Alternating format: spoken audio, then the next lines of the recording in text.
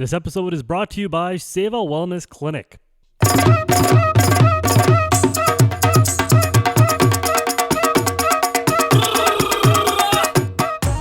You're listening to the HarPodcast with Harpreet Pandher.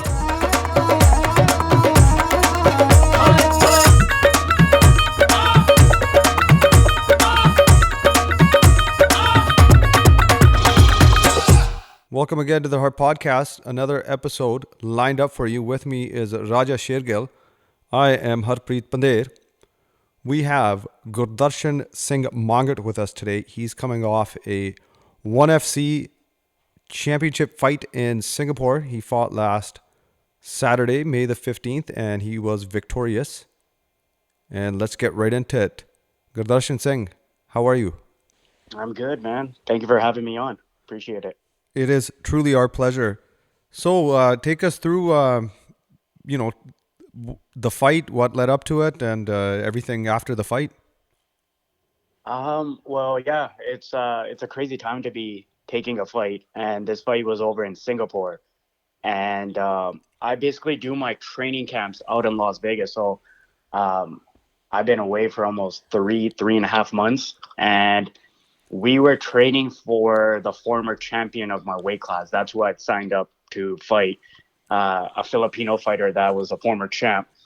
And once I got to Singapore, we realized that my opponent got COVID. So I did 3-month training camp for a guy, landed in Singapore, find out that he tested positive.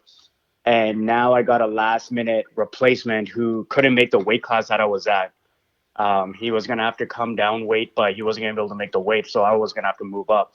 And basically, that's how the fight that you guys watched kind of happened. I was already in Singapore. I landed there. I wasn't going to come home empty-handed. Now I put in all the training camp, spent 3 months away from my wife, spent time away from the city, was out in Las Vegas, just secluded, just focused. And especially during these COVID times, to take the camp was a tough choice between us anyway. So got put in a situation, but luckily we got the result we did. Displayed the best of my ability and hadn't been in the cage in 17 months. So it was nice to get back in there and represent on such a big card, on such a big show, and with such a huge support and following that led up to it, before, after, and just kind of reignited my motivation for fighting again. 100%. I was pumped for it. I was following along on social media, and it seemed like an all India card, and it was named Dangal. So seeing you fight, that was awesome. Seeing you come out victorious was even better. And I love the speech that you gave even after the fight in regards to the farmer protest. Yeah, it was just like, so we had to quarantine in our hotel the whole time. We weren't allowed to walk around, weren't allowed to even. So I was in Singapore, didn't see one bit of Singapore. Didn't get to leave the hotel. Even to leave our hotel room, we had to schedule 1-hour sessions. So 23 hours you're in the room, 1 hour you get out to go train with, to go do your training or whatever. And we were all separated. But as I was sitting in my room, all I was seeing was this, and it was just breaking my heart. I'm like, man, this is crazy. Like, CNN was just running at the cremations on the roads, on the hospital. And I was just like, this is something needs to be said about this. And I'm about to get a global stage. What is the point of being at this level when my prime motivation was to be a voice for people that didn't have a voice, to have a place where I can say something? And that just kind of came out of me. It was just kind of an emotional situation that was going on. And I was just like, there's no way I can walk away from this. And then I also thought about I was thinking about 5 years down the road, is anybody really going to care if I won or lost this fight? It's really, in hindsight, it's probably not going to matter that much. But what you use your stage for in the moments that you can use it, that was always the dream. That is my prime focus. That was always the motivation and that's why it came out the way it did. It was just, I couldn't even, Call Said was just at the top of my head. I'm sure there's other organizations. It was just an organization that I donate to every month anyways on a regular. And I know they were firsthand, and a lot of the stuff I was seeing was them on the ground there in India doing what they had to do. And just hearing the stories and just being in touch with some of those guys from the organization, I was just like, I need to get this out there. And that's why I felt like that was the most important thing. The victory was to get that message out. And that's what we felt too. I definitely felt that it felt It felt genuine. It was authentic. I mean, it's something you can't. It's not like you wrote it and you rehearsed it. It comes out the way it does. And I don't know how it would feel after just having such a adrenaline rush of having a fight and being victorious. I'm thinking that sometimes in that state somebody might even forget to even say it, right? And Yeah, did it cross your mind that you might not say it? I didn't actually think about it.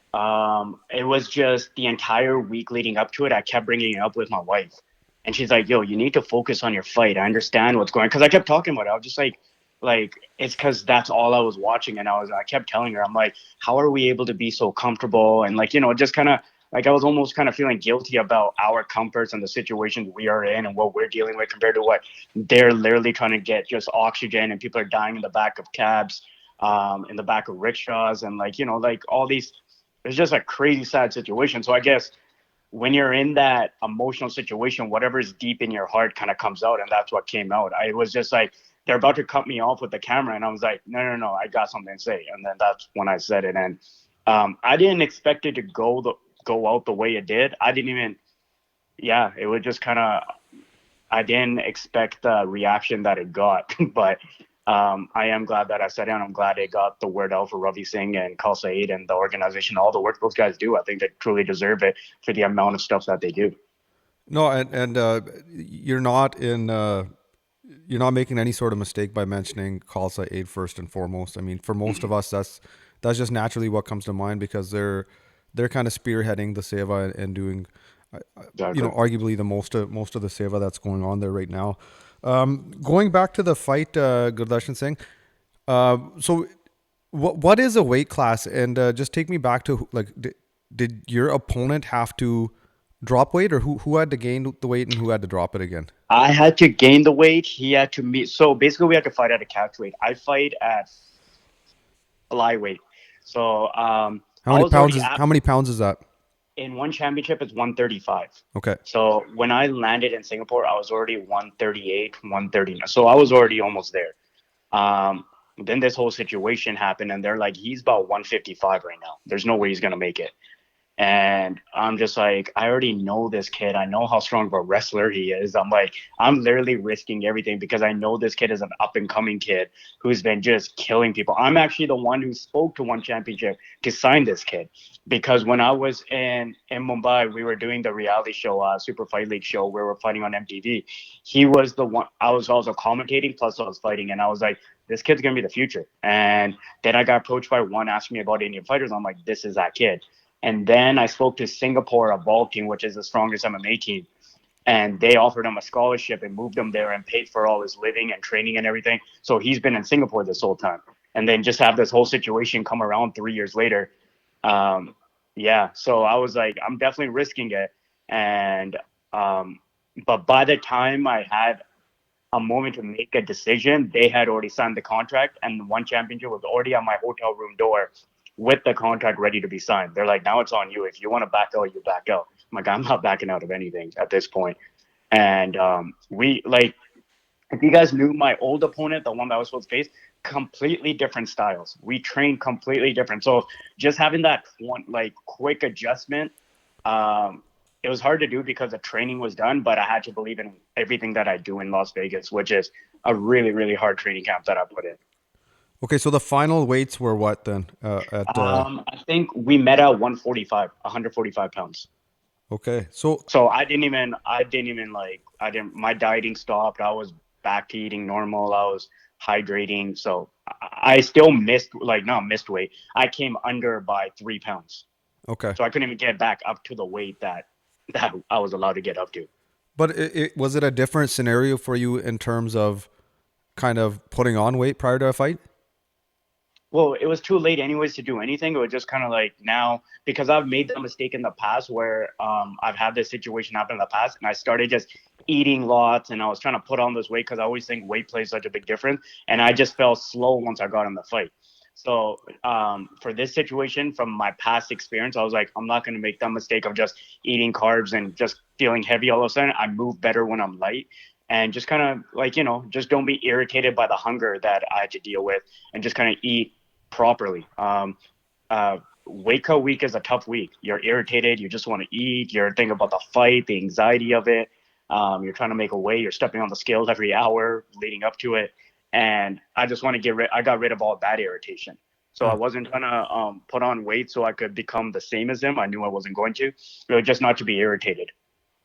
So let's go into the fight. And from what I saw, you clearly dominated the fight. And it seemed like, you weren't really going in for the kill either. What was there like a game plan of like, hey, you know what? I'm dominating the fight. Let's just not make a mistake. Just not going to give him an opportunity to, possibly just knock me out by one punch. Yeah, so the first round had that situation almost happen, right? And so I wasn't doing that. What happened was I actually tore my rotator cuff. And I still have watched the fight about 3 times, and I don't know where it happened. I still don't know where it happened. Like, where was it when he dropped me and I landed on it? Was it on one of the punches or something? But I lost all power in my power hand, which is my left hand. And I was noticing when I was throwing it. And I was just like, I knew my speed was good. I knew everything was good. And then I was just like, okay, we need to play smart, because if he takes me down, it's going to be harder for me to get up with this shoulder now. So these kind of situations happen where if you notice when the ref raises my arm, I grab my shoulder because he basically did the final number on my shoulder. Yeah, so in that sense, and also he has those one punch, like, knockout power. I've seen it in his past fights. I've seen it how he gets to the ground and he's just very strong on there.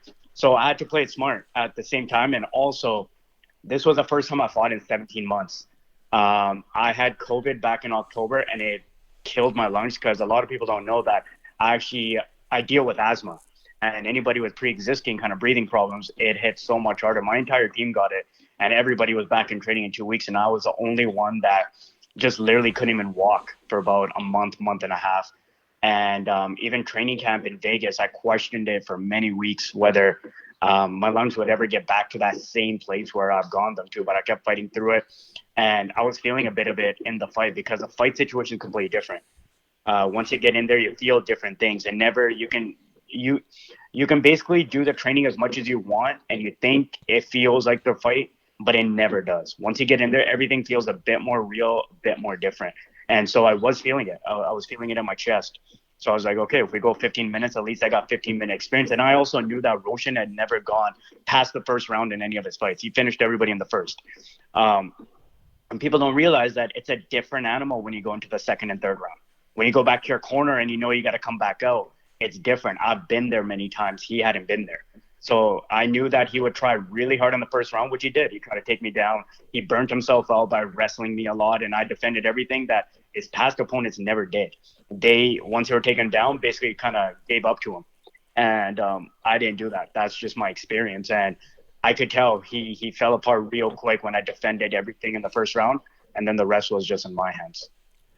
Yeah, and that's what I was gonna ask you about, like the feeling of being in a fight. Like, you mentioned you tore your rotator cuff, and I wonder when you're actually in the middle and that happens to you, like a regular person, I guess, would feel a lot of pain. With all the adrenaline that's sort of pumping through you, like, do you notice?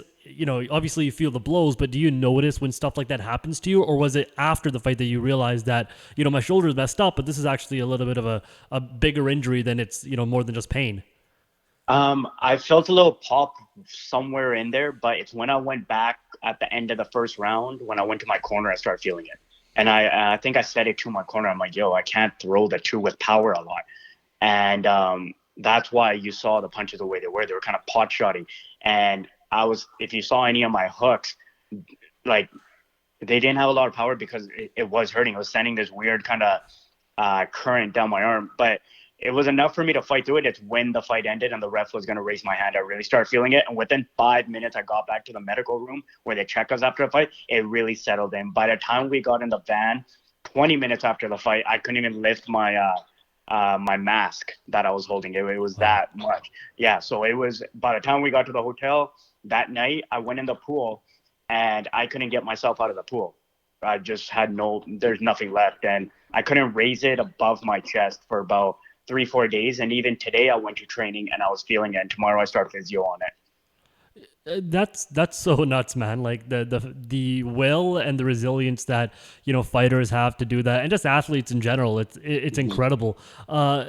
I want to go through your routine on fight night. What do you do when you wake up in the morning, all the way until you go out of the curtain? It's the day that you tell yourself you're gonna sleep in, and it's the day you end up waking up the damn earliest. And it's like you're like it feels like the slowest day in the world, because yeah, it's just like you wake up anxious. You're hope like you don't know. It's not pro wrestling. It's not ring. You don't know what's gonna happen. Um, it's just a very long, drawn out day. For me personally, it feels like the loneliest day in the world, even though the whole world is supporting you and they're with you and people are sending you messages and everyone's like, I'm Team Stay Lion, but you still know that it's only you going in there. For myself, I'm just sitting in my room, just visualizing. For myself personally, I don't eat at all on I don't eat at all on fight day. Um, the one time that I ate, or the two times I ate, I lost the fight. This time I'm like, I'm not gonna eat. And my mentality behind that is just like a lion. A lion goes hunting when it's hungry. It doesn't go when it's full. And that was what I made myself do this time. So I refused to eat. So I was probably even lighter than what I was in the weigh-in, because I went into that fight starving. And I feel like my performances are better when I don't eat. I feel like there's nothing in my body. I can float, I can move. So that's one of the things that I do. I literally sit in my room and I visualize just hunting my opponent. I do a lot of visualization. I play out a million different scenarios. I don't eat anything all day. And then you're just kind of just counting down the hours, man. There's nothing like fight day. There's nothing like fight day, because people always say, they're like, oh, are you excited? Nah, I'm never excited on fight day. It's the wrong word. I can't even think of the word that exists for that day, because excited connects almost kind of happiness to it. I'm not happy on that day either. It's like, I sit in my room. I'm like, why the hell did I not remain an accountant? I literally question everything. I'm like, what? Like, why am I involved with this shit? Like, why am I doing this? I could Right. be easily just sitting at home. I could be comfortably sitting on my couch. Why do I put myself in these situations? You question a lot of things, Are you? and Yeah. Go ahead. yeah, just so you question a lot of things. You go through it all, and then the organization comes and knocks on your door, and now it's time to go. And you're just trying to keep your head together, just visualize it, try to have something. The drive feels like the longest drive on the bus. Once you get to the arena, they take you to your change room. You see everything set up with your area, and you're just like, this is it. Like, this is where I'm going to prepare in my final moments. The fight card starts. You're watching the other fights on the TV. Fight by fight gets closer and closer. When there's crowds, you can hear the noise through the stadium, like walls and stuff. But for this one, there was nobody in the arena.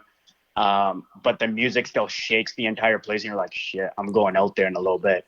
And then they come backstage and they're like, all right, 5 minutes, get ready to go. And that's it. I just literally pray in my head. I pray for strength. I pray for courage. I pray for just to represent myself and everybody that stands with me. And then once that music hit, there's no turning back. And you're just like, you're walking a plank. You can only go forward.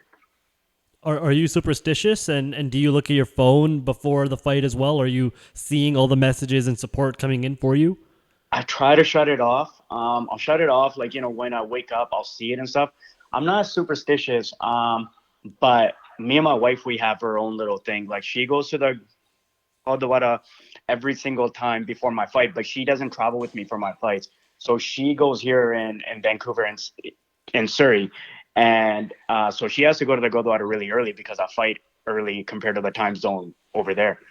And she'll send me the hukamnama that is being said that day, and I won't enter the arena till I see it, till I hear it or I see it. So she'll go there, she'll get it, and then I'll walk into the arena. So I always wait on that. That's really kind of the only thing that we've always had and that I always do. Beautiful. So, Gurdarshan, there's that one picture of you on Instagram. It was a recent post, I think, and you're just kind of like in your element, sitting on the chair with the headphones on, and what's going on there, and what are you listening to? So I work with a sports psychologist. That's one of the important things. And if you guys watch the UFC, there's a girl named Rose Namajunas. and she just had a crazy knockout and won the title back. So we both have the same sports psychologist, and I'm just visualizing everything possible at that point. At that time, I listened to a lot of classical music on fight day. It's almost like I like to see my fights as orchestrated violence. Like I wanted to be beautiful. Like obviously it's violent, but I wanted to look like art, which is what Ali used to say. He used to dance in the ring, and I want to dance in the ring, and I want to create these combos, and I want people to be. And basically everything is on the fight is what I visualized.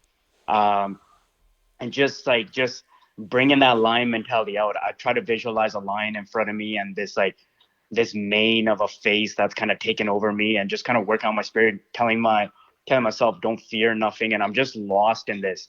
And I sat there, I think, for about 2.5 hours. I sat there like that.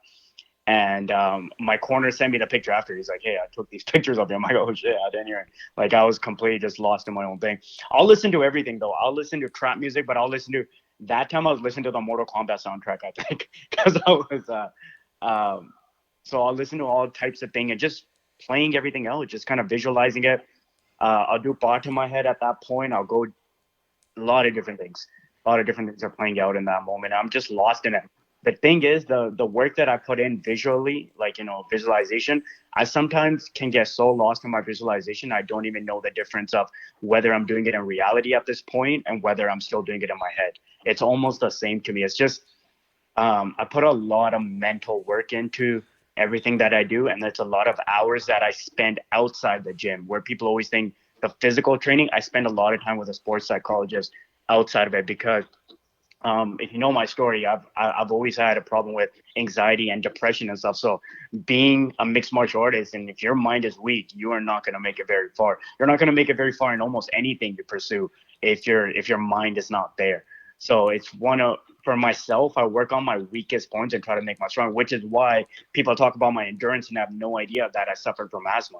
They always talk about, man, this kid's endurance is nuts, but they have no idea I actually had asthma, and I have asthma, and I just push my mind so much past those points where my lungs are drowning, and I'll fight through it in training, and I build them up to that point. It almost sounds like you got to do more prep and more effort. You got to put more effort in on the mental side of it than the actual physical part. Am I right? Yeah, that's very true. They always say during training camp, it's 99% physical, 1% mental. On fight day, it's 99% mental, 1% physical. Um, so it's that's what it is. You get made, or you make or break once you get into the cage from the mental side. And I could see that when I was 25, when I was Roshan's age, I wasn't mentally there. And I could see that when I looked at Roshan when I got in the cage. And that's where experience speaks. I could see it in his eyes. I could see it the way he walked in. I could see how he was looking. And I knew this is where experience was going to speak for me in this situation. It didn't matter if he was bigger or thicker or wrestling or whatever it was. At the end of the fight, you had a bit of a conversation with Roshan there, and it seemed like he was just, I don't know if it was because he was dejected because he lost, but it seemed like he wanted to kind of walk away quick, and you kind of pulled him back and had a few words for him. So what was said there? I just told him, don't be so down. I understand, like, the situation. I'm like, I've been here. I'm like, I've been in your spot.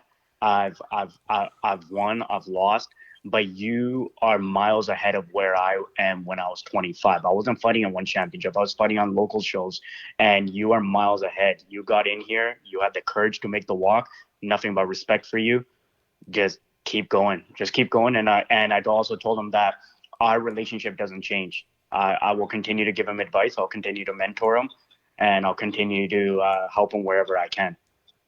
That's awesome, because a lot of guys in your situation, after just winning a contest like that, would just kind of make it about themselves, right? And Right. maybe save that for a text message or see him behind the scenes and have a talk with him. But you did it right there, front and center, and that's awesome. So Gurdarshan, take me back to like just growing up. You're a small town boy from Williams Lake, am I correct? Yeah. Okay, so Williams Lake boy, how does he get to Vancouver, and what happens in between? I'm still trying to figure all that out, man. Yeah, like my upbringing was I tried a lot of different sports, but I was nothing that you would say I excelled at. There's nothing where you would look at me and be like, this kid has talent. He has something. I didn't have that. I was just basically doing that to hang out with friends or wherever I could. And then as I got older, I basically became like, the shortest kid in my crew. And like, all of them were hitting their growth spurts. But I didn't hit mine until I was like 19. And then I was working at McDonald's, and we didn't know nutrition, so we were just eating bad. Had the gold card and eating McDonald's every day. And then when I just started gaining a lot of weight, so my arms were skinny. Like almost every dissy has this problem. I noticed they get skinny arms but a fat stomach, and I had the same. I had the same situation. And that's where I developed. That's where I developed asthma. Was from McDonald's and the really crap diet I had. Then when I moved up to Vancouver, I moved up to go to BCIT to become an accountant and do financial management. And I came here and I'm just like, I can reset and start over. I don't have to hang out with the same circle I grew up with, where I accepted my role as the follower, as the kid that everybody kind of practiced their jokes on, teased, and kind of pushed around. I can be something when I moved here, and I didn't know what it was going to be. And long story short, that's when I came across mixed martial arts. And from mixed martial arts, the reason I ever started is because there was a guy named Rich Franklin fighting on the UFC the night that I went to the bar to watch it. Rich Franklin is also part of One Championship now, but he was a middle school math teacher that fought for the middleweight title and was a champ too. And I always thought, like, I've seen wrestlers grow up from birth, and like, they know they're going to be wrestlers and they're going to make it here and they're going to go there. I wasn't that guy. I was this kid that was excelling in finances, and now all of a sudden wanted to restart his life, his mind, his body, and everything that I do, and become a mixed martial artist. And it was from Rich Franklin when I saw that I'm like, oh, I can actually do this. And from that, I didn't really know what I was getting involved in. I went to an MMA class, and everybody's like, what's your background? What did you start? Did you do wrestling? I started from literally whatever class was being offered that day. Um, from a jiu-jitsu class to a boxing class, and I just built from the ground up, brick by brick. It was the hardest thing I'd ever done. My obsession grew, my fire grew, and my why at that point was I want to do something where it represents the underdog, where I can represent my community. Because when I started this, I wasn't hearing about anybody doing it. And even when I would go to community for sponsors, I go to like a business, I go somewhere, nobody would want to sponsor me. Nobody wanted to support me because they connected MMA to like, gang affiliation or something. And MMA at the time when I started was illegal here in Vancouver. It wasn't even legal when I started. So I was always having to go to the US to like Indian reservations, casinos, and fighting on these small shows that nobody ever knew about just to get fights in. And yeah, it was just starting from where it started from to what it's at now. It's been a crazy ride, and I'm just stuck to the same formula one day at a time and just piecing it piece by piece. But I'm just that kid that just believed in something and just kept believing in it day by day. But I'm really just a normal kid that just wanted to change his life when he was 22 from what he was taught to become and become something that he truly wanted to become. That's absolutely beautiful, Gary. Gary Mangat is our guest. Hey, we got to do a quick live read here before we continue on with the interview. Hey, have you been in a recent car accident? Life have you feeling in a lot of pain? Check out the folks at Seva Wellness Clinic, located on Scott Road in Surrey. They're open 7 days a week. Seva Wellness Clinic offers chiropractic, physio, and massage therapy, and also they do direct billing, which means that you pay nothing. Whether it's ICBC, WCB, private health insurance, Seva Wellness Clinic has you covered. Book online at sevawellnessclinic.com or call 604-599-0050. Gary, you talked about how, the nerves, I guess, of being in a fight. When you first told, your parents and your girlfriend or wife at the time about, you're going to start doing MMA and, fighting for real, what was the reaction like for them? My parents weren't too happy about it because they were still in Williams Lake and I had moved up here, like I said, to become an accountant. And they thought first they were like, okay, that's good. You can, release some stress, not knowing I was about to turn this into my life path, not like, something to work out on the side while I'm studying and stuff. And yeah, they were just at the starting, obviously, I totally understand, like, why every parent is scared. They want their kid to be like, well off, like, be taken care of. And this path is at that time, and even still, it's a scary path to take. And but fight by fight, I started gaining their respect, my dad's respect, and then I invited them out to a fight, and they came to one, and they saw me just how I was, how I reacted with the crowd, how I am when I come out, just becoming this different guy. Like, and now my parents are my biggest fans. Like my dad, he only watches my fights. He pulls them up every single day, and it's just I love doing that "I told you so" thing to my dad now because um I'm like, Dad, one day I told you I would go to India and put on the biggest fight. I told you I would get to this spot. I told you I would become that accountant that would make it to the top and start representing our community. And I would put your name up there and I would do this. Like, these are all things that I said long before they had ever become anything. I was just talking shit to my dad, basically, like, just talking. And he didn't, like, he's like, yeah, we'll see when it happens. As far as my wife goes, I met her when I moved to Montreal to train at TriStar, which is the gym where George St. Pierre and all them train. And I met her out there, and she had no idea what MMA was or anything like that. And she came into my life around my second pro fight, which was still pretty early on. And she's become one of the biggest factors. She's one of those people that refuses to let me give up. There's been many times where I'm like, I think I've done everything I wanted to do. Like, I'm not doing this for anybody, but to represent my community. And look where I've taken this from being this kid that was being laughed at to where I've taken it. And she's like, you're not done yet. You got to keep going. And so me and her, we work with like our job, me and her, we work with high risk youth. That's something that we do. We work with in the community, helping kids from all different cultures and stuff. And we actually have 2 kids that live with us in our home, and they're high risk youth, and we take care of them 24/7. We're basically parents. And so I have to sometimes leave that all in her hand when I go, and she takes care of that whole situation. And that's something that a lot of people don't know that we do on the side, because not really something we talk about too much. And this is how she factors in. She handles so much on her shoulders, and she's been one of those people that has never told me to give up or that's enough now. Like, I don't want you doing it anymore. She's actually one of the people that keeps me going. And especially in this last fight, we had just moved into our new house 4 days, and I'm like, I have to pack my bags and go to Vegas. And she's like, bring something back that we can celebrate in this new home now. And that's exactly what I did. And she handled everything that she could, and I had to do my part over for the fight, and everything kind of worked out. This portion of the Heart Podcast brought to you by Infer Trainer Canada in Olympic Village, the hottest and safest workout in the city. Burn up to 800 calories in less than an hour. Mention this podcast for 50% off, and don't forget to keep listening for your chance to win free sessions. How's that experience been with the, having the 2 youth that are high risk? Do you guys ever feel like, ever in danger, or how's the experience been? We've been doing this so long now. We've been doing this 2 years before we even got married. So we got married in 2017. I think I started doing this in 2015. I moved from Montreal back home, and I work with an organization called Life Ready Organization. And you get to a point where, yeah, obviously, like, who knows what kind of history they have outside this house. There's always a danger. You're a danger. Like, these kids have a history. But you try to give them a second chance at life and try to put them on a path. And you really try not to think about it like that.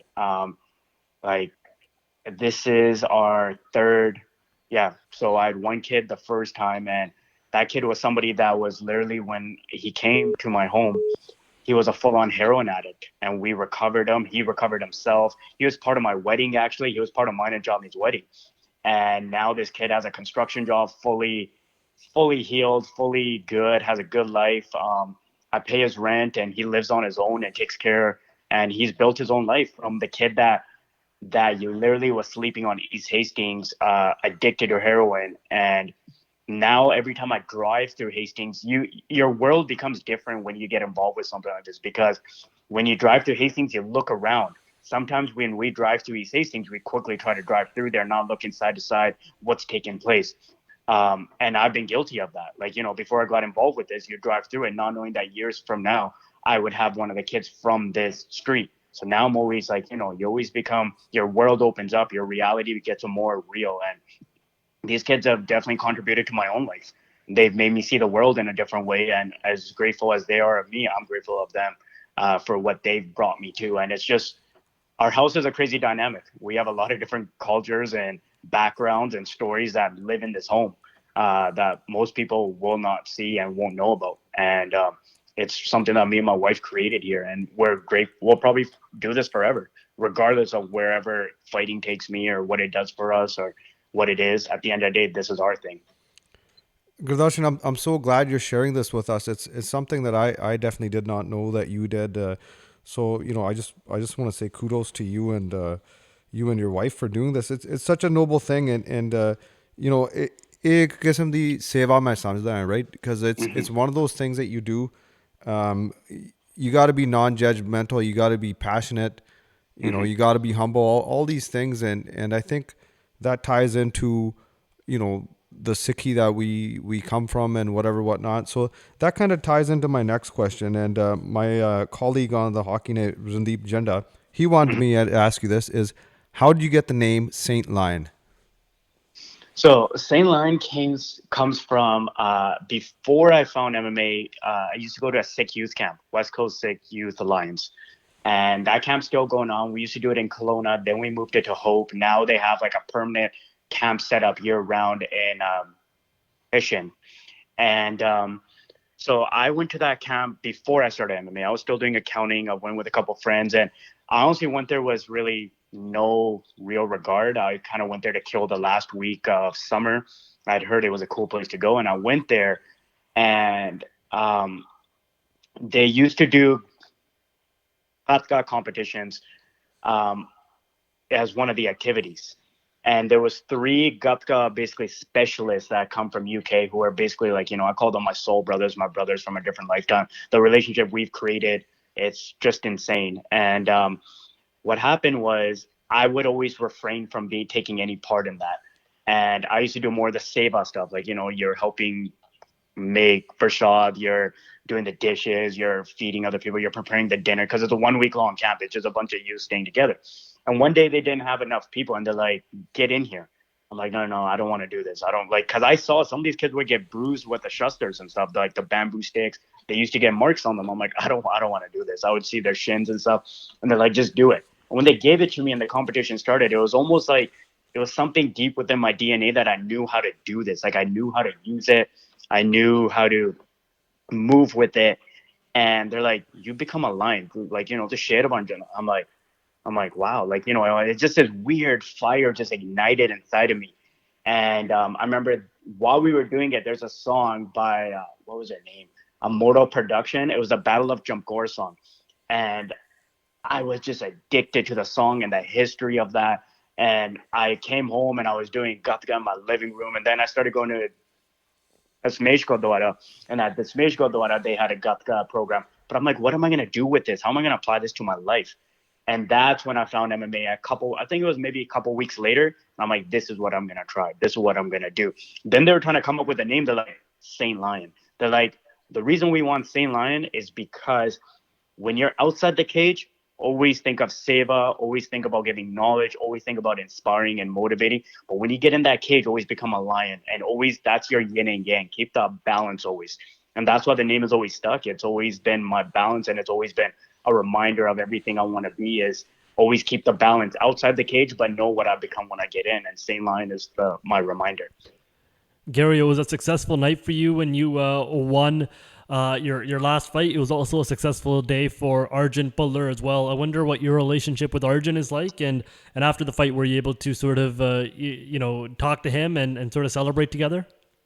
Yeah. So the thing about Singapore was we were all kept separate, and so we weren't allowed to see anybody from another team. So myself, since I'm not part of Arjun's camp, I wasn't allowed to see him or his corner, but their room was right across from me. So when they came with the belt, I went out there and I congratulated them. And then when we went and got our COVID test, we are kind of in a lineup, and he's like, congratulations to you on amazing performance. And I said, congratulations. And that's kind of really it. And it was definitely a historic moment. It was, I think it's the first of many. And we kind of go between the same gyms, not so much because of how COVID is right now in Vancouver. There's a gym that I train at also in Richmond, Checkmat, where he goes also. And yeah, whenever we cross by each other, it's always cool. And I always say congratulations on how you do it, how he's representing. We just come from two completely different stories, right? So that's why his story is inspiration to certain people, and the path that I took is a bit different. A funny story that people don't actually know about is that I've known Arjun since he was probably 4 years old. And when we used to have the Punjabi tournament in Williams Lake, my dad was on the committee and stuff like that. And they used to bring him down to wrestle whoever. Like, he was like the prodigy kid that they would bring down and show to the community. And I was a kid that had never wrestled. I was really skinny at that time. And I probably, like, who knows how much I weighed. And every kid was running away and wouldn't wrestle Arjun. And I would be the first and smallest kid on the mat. I'm like, I'll wrestle him. And like, this is like a childhood thing. And obviously the kid was a lot bigger. He's a lot thicker. We've seen how he's grown. So it was never good. But yeah, it's crazy how the past kept aligning since we were kids. And it's just complete two different stories. But at the same time, we're representing our community wherever we are. You guys reminisce about that together? No, it's the thing is we're always crossing paths, but we've never actually sat down and actually talked on it. And that's the thing. Like, his room was next to mine, so he was celebrating with his family and stuff like that, like over FaceTime and stuff. And I was in my room.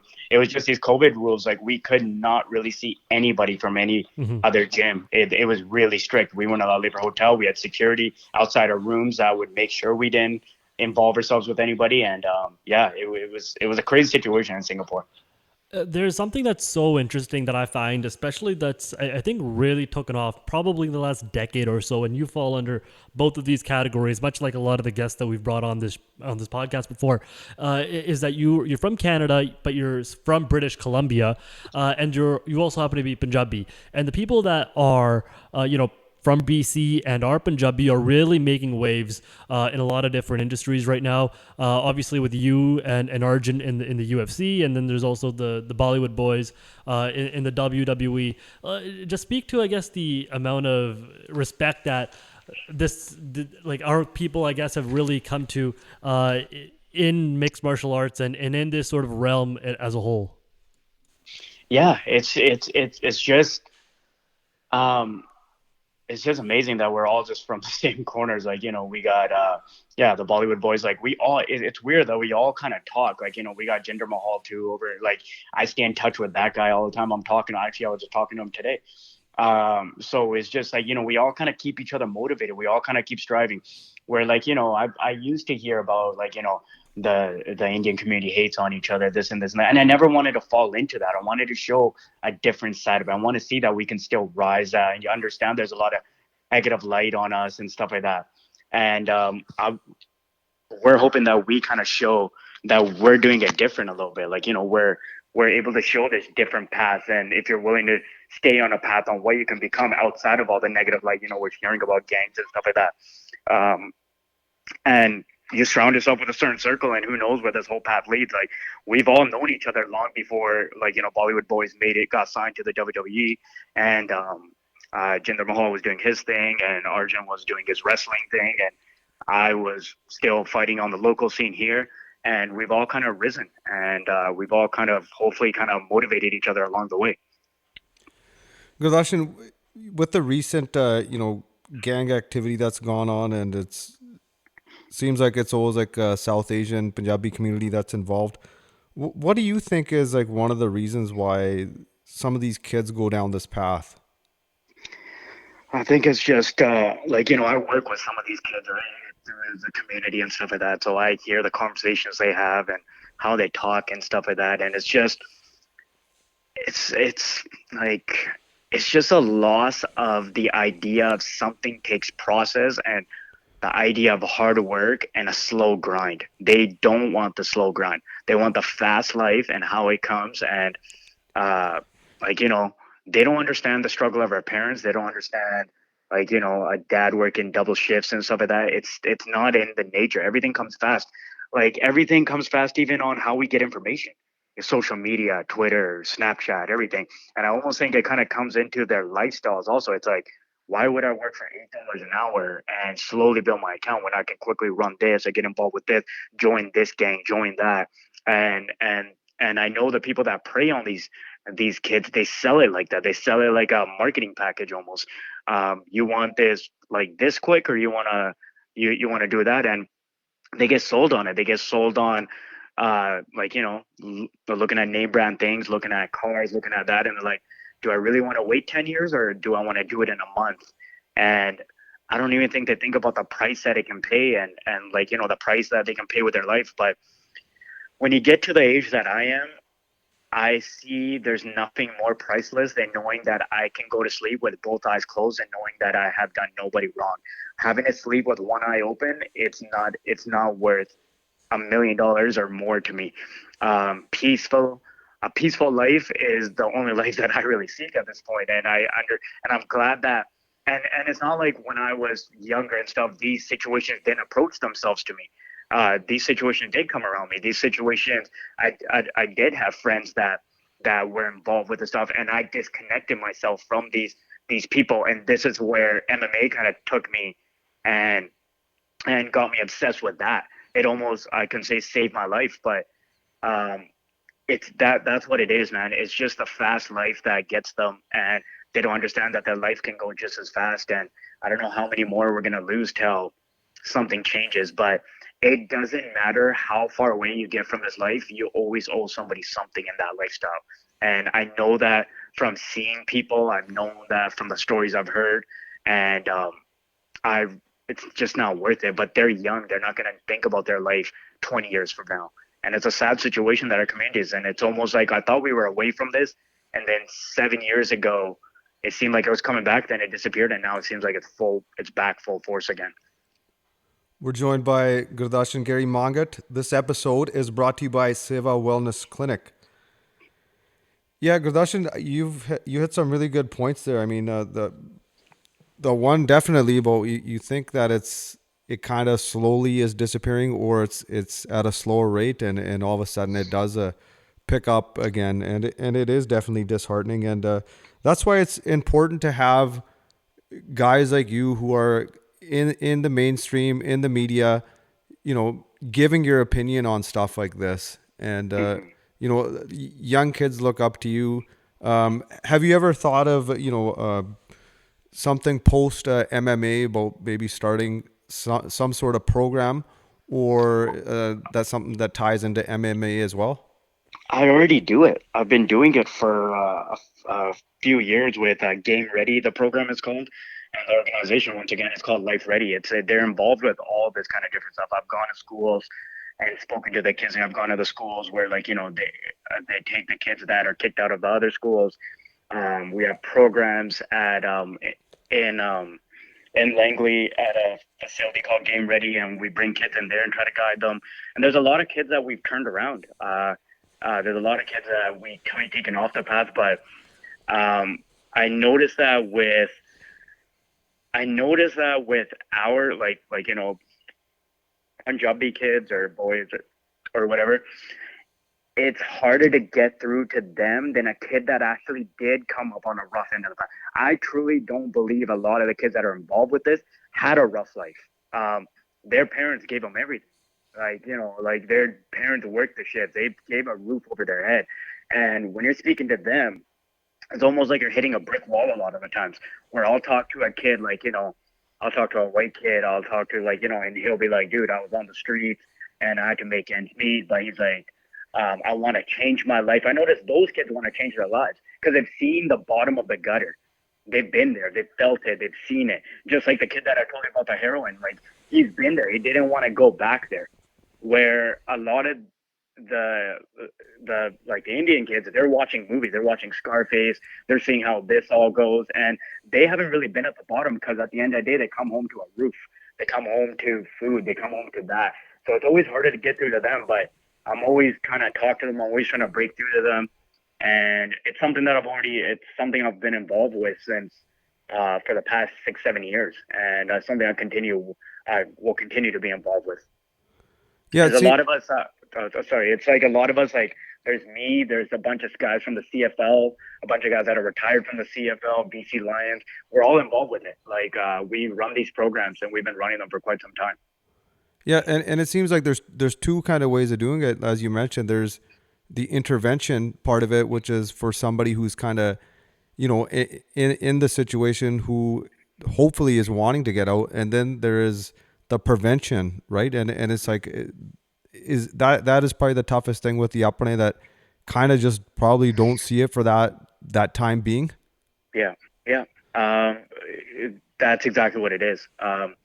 Like me talking about hard work and stuff, they don't want to hear it. They don't want to hear it. They want to know, how can they get this fast? They're like, oh, bro, I want to fight one championship. I want to fight in the UFC. Okay, well, understand that. You got to wake up at 5. You got to do this. You got to eat like this. You got to train like this. And this has to be done for years on end. Oh, screw that. I'm not doing that. I'd rather do something else. Oh, okay. Well, see, that whole, the process of work and grind doesn't appeal. It doesn't appeal, and that's kind of the saddest thing, is it doesn't appeal, and that's where we need to figure out something. How do we get them off this path and try to get them on something else where like, I've been around kids that are bottom of the gut, like, that have been on Hastings and stuff, and they're like, yeah, I do want to work. I do want to build my life. I do want to build a business. I want to start my own thing. I want to get out of this. I don't want to end up like my older brother who's died of overdose or was selling drugs and got shot. I don't want to end up like him. But it's different, man. It's two different things, and it's like it's a crazy reality to be exposed to. But I'm grateful that I'm exposed to it, that I see it, and hopefully can come up with something maybe breakthrough can come to me, and we can possibly do something, right? Like, I try to go to these schools. Anytime these schools call me, I'll show up wherever I can, and just because that's part of being a martial artist. It's one thing to win fights, win belts and stuff like that, but if you're not doing something for the community and you're not doing something that can better someone's life, then this means nothing. This is why I was such a big fan of Ali. He was always somebody that wanted to represent his people, and he stood up for his people, and he stood up for the oppression and stuff. And I'm trying to do whatever I can through my stage. It's like, wins and losses will come, but what you stand for at the end is what's going to carry you forward. 100%. Before we wrap it up, I did have one thing I had written down, and you touched on the eating, right? So nutrition. I just want to know, what are the what's your diet like? What are some of the foods you absolutely avoid? And you mentioned earlier in the podcast how most of your fights, or -2 of them, you go into the fights fasted. So what's the longest fast you've done too? What's the longest fast I've done? Well, basically, Waco week is about 6 days. So hold on, 6 days no food? Yeah, just like water, just like like three almonds a day to make weight. Wow. So yeah, so you can see why like I'm really irritated during that time, and you're still training during that time. You're still training. You're still working out with a sauna suit on. You're still putting in work. But it's very like limited work. It's like 30 minutes, 30, 40 minutes just to break a sweat and stuff. As far as the nutrition goes, when I'm out of camp, I just eat whatever I want. That's like, I like to enjoy my life. I like to, but when I'm in training camp, I like to do a lot of keto diets. Okay. So, I cut out a lot of carbs, and I get heavy on fats. And that's been always my biggest thing. It's been one of my biggest factors is, you cut out all the rice, you cut out all the pastas and stuff, and you replace it with something like avocado with chicken, avocado with salmon, avocado with something. All my meals will turn into about 700 calorie meals, but I can eat about 6-7 times a day with about 3 shakes in between, because the amount of training we're doing, about 2 to 3 sessions a day. In Vegas, it gets really hot, and the guys that I train with are basically the best in the world, so you need the energy to do it. And then as I get closer and closer to the fight before leaving, I keep cutting my calories more and more down while still maintaining that workload. So it's a pretty scientific process. It's hard to like kind of explain it, but that's kind of the gist of it. I do a lot of keto basically dieting. But once the fight's done, I'm fully on roti and bronte and all that. It's complete opposite. And it's full on desi pizza and whatever else is here, man. No limit, eh? No limit. No limit at all. Okay, so no counting calories then, and then there's no like intermittent fasting or nothing, just all out. After my fights? Yeah. Yeah, I do intermittent fasting actually. I'll eat I'll eat like right now, which is what it's like 7 o'clock or so, and then I won't eat till tomorrow about 1 or 2 o'clock. But I'll eat only twice a day. So when I'm not heavy in training camp, that's what I'll do. I'll eat only twice a day, but when I'm in training camp, I gotta eat 8, 9 times a day, but much smaller meals because you need the energy and you need your body working like that, burning and storing and working. Um, but right now, obviously, my activity has decreased a lot. I'm training about once or twice a day right now, recovering my injuries, recovering everything, and but I like to do intermittent fasting. And to bring the question back to what you were saying about why do I intermittent on fight day, so there's been a scientific proven thing that your body releases natural growth hormones. So your body releases actually your natural growth hormones when it doesn't have food. This is why if you see people that intermittent fast, they're so ripped, they're so lean, because your body's actually kind of burning fat, but it's also producing a hormone at the same time. So anti-aging, so intermittent fasting is actually a great anti-aging thing if you do it properly. Um, and yeah, so that's something that, so I notice I have more energy when I don't eat going into a fight than when I go in there with a full stomach. I feel sluggish. I feel more weird. So every time I've gone in there hungry, I've put on some of the best performances I've put on. So that's why I went back to that for this fight, and it worked out. And I'll probably continue to do it now. Got to go with what works, right? Yeah, exactly. Okay, with you being out of camp right now, you mentioned the 2 meals. So are you eating those 2 meals in what, like a 4 hour window, or what's the timing there? Yeah, it basically works out to, what does it work out to? Let's see, 7. Yeah, it basically works out to about a 4 or 5 hour window. I don't really keep it too strict. If I go out of it, I go out of it. But yeah, it basically works out to about a 4 or 5 hour window. So I'll eat now. I'll eat. I ate after training today because I did go train today, and then that's it. And then I'll be done till about 1, 2 o'clock tomorrow.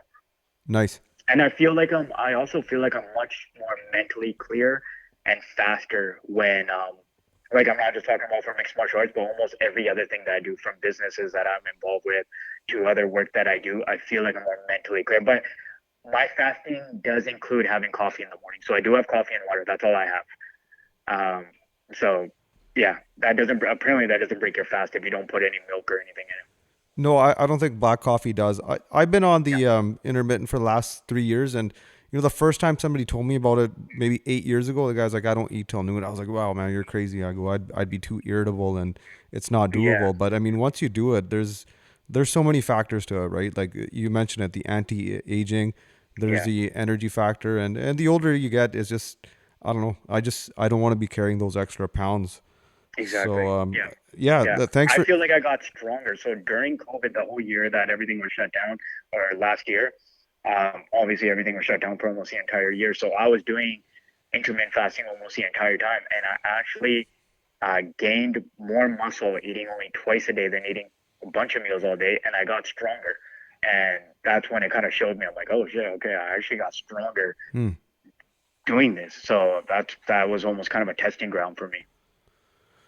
Gurdarshan Singh, I really appreciate you making the time for doing this. You're a unbelievable athlete, but you're even a better human being. So Thank you, guys. thanks for Appreciate doing this, and we look forward to whatever you have coming up. And I didn't even get to ask you when is the next fight? What's going on there? So I'm hoping that I do get to face this former flyweight champion, because so we were supposed to fight in October, and then I got COVID the night before I was supposed to fly out, and it ruined me. And then he got COVID when we got to Singapore this time. So we're basically almost like Khabib and Tony of one championship at this point, where this would be the third time we schedule this fight. I beat this guy. I fight for the title next, because the champ right now couldn't put him away in 10 rounds. They did 2 back-to-back fights, and he couldn't put him away.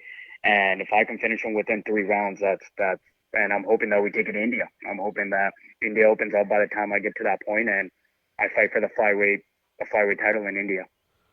Looking forward to that, brother. Thank you. Okay, let's do this again soon. Say hi to the family from us. Definitely. All the best to you, my friend, and God bless you. Thank you, guys. Appreciate you guys. Thank you. That wraps it up for another episode. We had a great conversation with Gurdarshan Mangat, Pyar Naal Gary, also Saint Lion. Thanks for tuning in. Thank you to our sponsor, Seva Wellness Clinic. Also to InfoTrainer Canada. You can follow us on social media. We are on Instagram and Twitter as at the HarPodcast. Also on YouTube, and you can find our podcast on Spotify, Amazon, Apple, Google. You'll hear from us real soon. Take care, y'all.